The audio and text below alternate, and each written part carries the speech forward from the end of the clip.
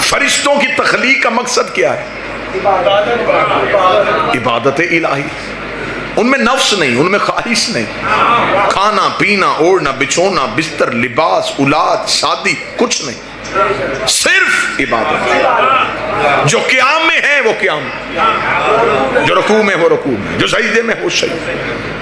अब ये इबादत इलाही में मसरूफ है।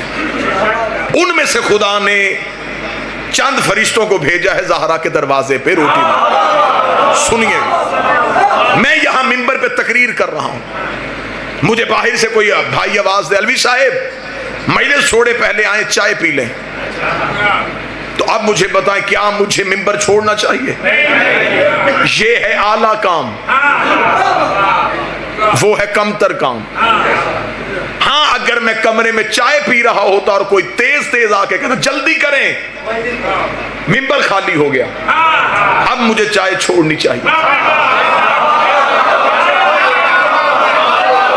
क्योंकि वो था कमतर काम। खतीब में और मजमे के जहन में चंद सेकंड का भी फैसला आ जाए ना, तो फिर बातें जाया होनी शुरू हो जाती हैं, जहन इकट्ठे चले तो फिर लफ्ज जाया नहीं होते।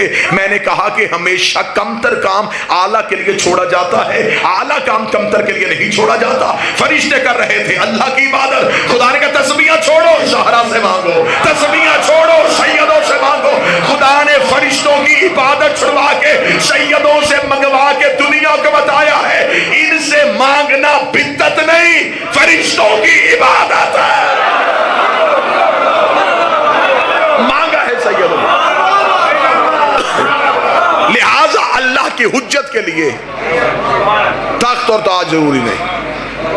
हर दौर में उम्मत ने आले मोहम्मद से तख्त और ताज छीन के ये समझा कि शायद हम आले मोहम्मद को कमजोर कर देंगे, लेकिन ये सच्चाई रोज़े रोशन की तरह आया है कि हर हुकूमत हुज्जत के दरवाजे पे आई है।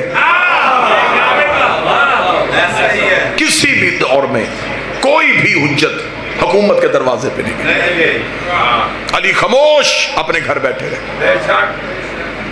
हुकूमत बार बार जाती रही, आखिर जब तंग आ गए तो फिर थक हार के अली से कहने लगे, या अली आप हुकूमत करेंगे क्या? कहने मेरे बादशाह अली तेरे जुमले के। अल्लाह ने फरमाया उठाओ अपनी इस जख्मी ऊंटनी को, तुम्हारी हुकूमत मेरे नजदीक बकरी के नाक से बहते हुए पानी से भी कम था। मैं तुम्हारी हुकूमत को क्या समझूं? यही हुकूमत लालच बन के हसन के सामने आई। हसन ने ठोकर मार के बताया तुझे मेरे बाबे ने तलाक दी है, और जिसे बाप तलाक दे वो बेटों पे हराम हो जाती है। यही हुकूमत हुसैन के सामने धमकी बन के आई, हुसैन ने पुर्जे उड़ा दिए। सज्जाद के सामने खौफ बन के आई, सज्जाद ने हुकूमत को रस्सियों में बांध दिया। बाकर के सामने रोब बन के आई, उसने कम सनी में हरा दिया। जाफर के सामने फितना बन के आई, उसने इल्म से शिकस्त दे दी।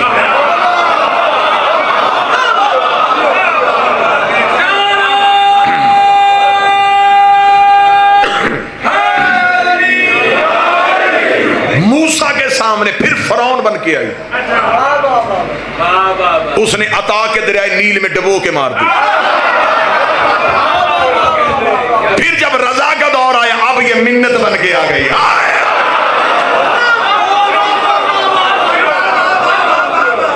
कहां से चली थी, कहां से चली थी? कभी धमकी, कभी लालच, कभी खौफ, कभी रोक। चलते चलते मेरे बादशाह अली इब्न मूसा रजा का दौर आया। अब कोई रोब नहीं, अब कोई धमकी नहीं, अब कोई लालच नहीं, अब वही शर्तें सामने रखी जो मुस्तफा के सामने रखी थी। मुस्तफा से भी कहा था रिश्ता भी देते हैं,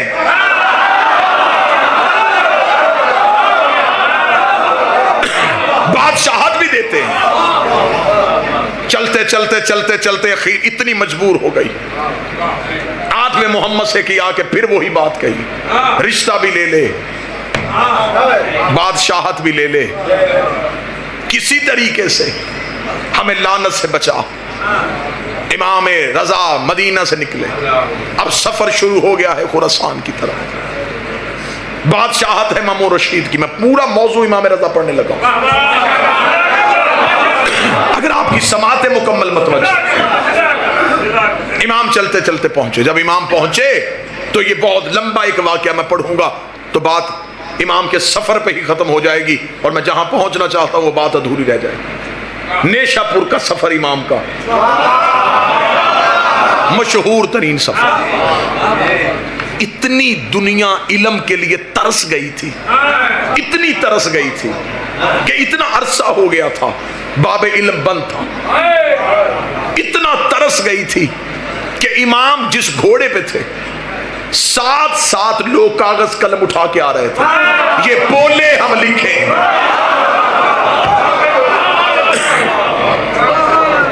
और इमाम की वो हदीस जिसे सिलसिलतुज़ ज़हब कहा जाता है, वो हदीस आज भी उल्मा कहते हैं कि उसे कागज पे लिख के पानी में डुबो के गूंगे को वो पानी पिलाया जाए तो उसे जुबान मिल जाए। वो हदीस सिलसिलतुज़ ज़हब पढ़ के अंधे की आंखों पे फूंक मारी जाए, उसे बिनाई मिल जाए। जब नेशापुर के करीब आके इमाम से पूछा गया कुछ तो बोल, इमाम ने फिर एक सिलसिला शुरू किया। इसे कहते हैं सिलसिला इस्मत, इसे कहते हैं शजरा तैयबा। इमाम ने कहा मैंने सुना है अपने बाप से,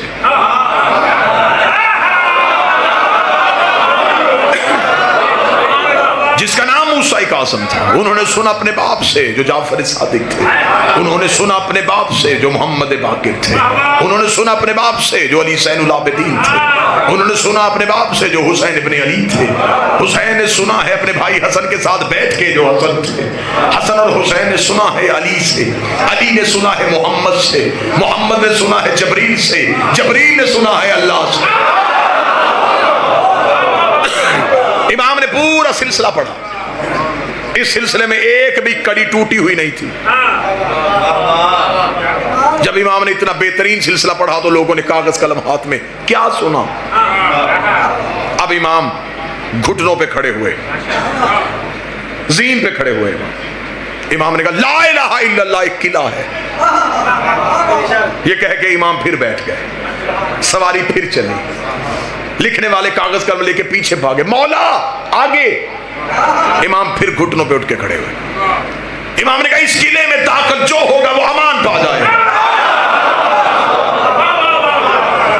लोगों के चेहरों पे खुशी आई। इमाम फिर बैठे, लोग फिर पीछे पीछे दौड़े। इमाम फिर घोड़े की सीट पे बुलंद हुए। इमाम ने कहा लेकिन इस किले में दाखिल होने की चंद शर्तें हैं।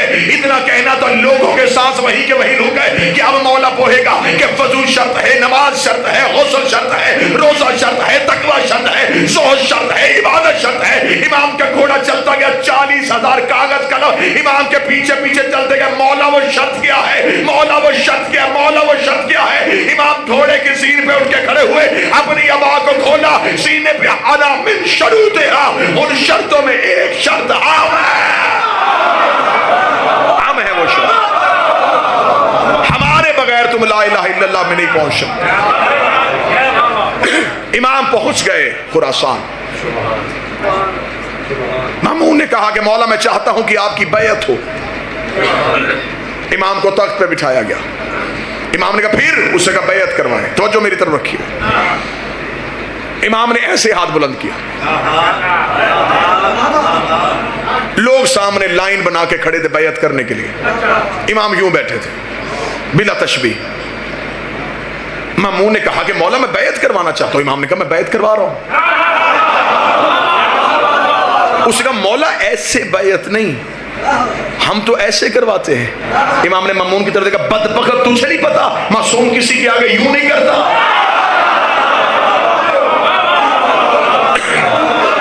ये बैयत का तरीका तुमने कहां से लिया? और ये बात मैं आज मिंबर पे बताऊं, ये बैयत सकीफे से शुरू हुई थी, ये गदीर से शुरू हुई थी। गदीर में रसूल ने अली का हाथ ऐसे नहीं बढ़ाया, ऐसे उठाया। खिलाफत वालों के यहाँ बैयत ऐसे होती रही, इमामत वालों के यहाँ बैयत ऐसे होती रही। जो चुप है तुम्हारी खामोशी का ताला तोड़ूं। अगर आज भी देखनी हो कि इमामत किधर है, खिलाफत किधर है,